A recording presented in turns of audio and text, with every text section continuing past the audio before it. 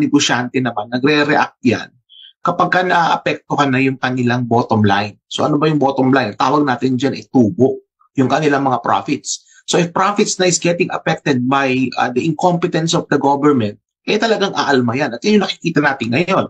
I'm actually surprised at Marat itong mga oligarko ay nagsalita. No? Kasi my expectation all along was that itong mga oligarkong ito ay very friendly kay Marcos Jr. And yet, nakita natin ngayon na pati sila ay kasali na rin, no? sa mga nagsasalita. Which means na baka totoo yung aking hinala na naapektuhan na yung bottom line nila ng korupsyon. No? Kasi kung titingnan natin, bigyan kita natin bawang konkretong example, Admar. Yung sa kaso nung sa South Korea na kung saan na isinuspindi muna ng South Korea yung pagtulong sa ating bansa. So what if may mga ibang foreign assisted projects na ma-delay because of graft and corruption?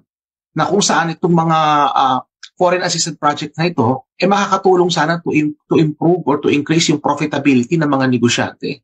So halimbawa, pag mapatayo yan ng mga bagong kalsada, no, para maibisan ang traffic sa Kamaynilaan na makakatulong sa mga negosyante. Pero baka hindi na ito matuloy kasi nga because of graft and corruption concerns.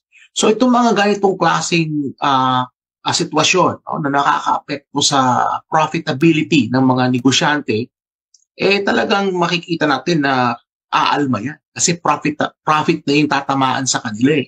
At yun yung nakikita natin sa ngayon na yung incompetence, no, ng gobyerno ni Marcos Jr. And of course, papunta lahat yan sa kanya kasi incompetent na. Ang nangyayari is naapektuhan na ang pagkalahat ng ekonomiya.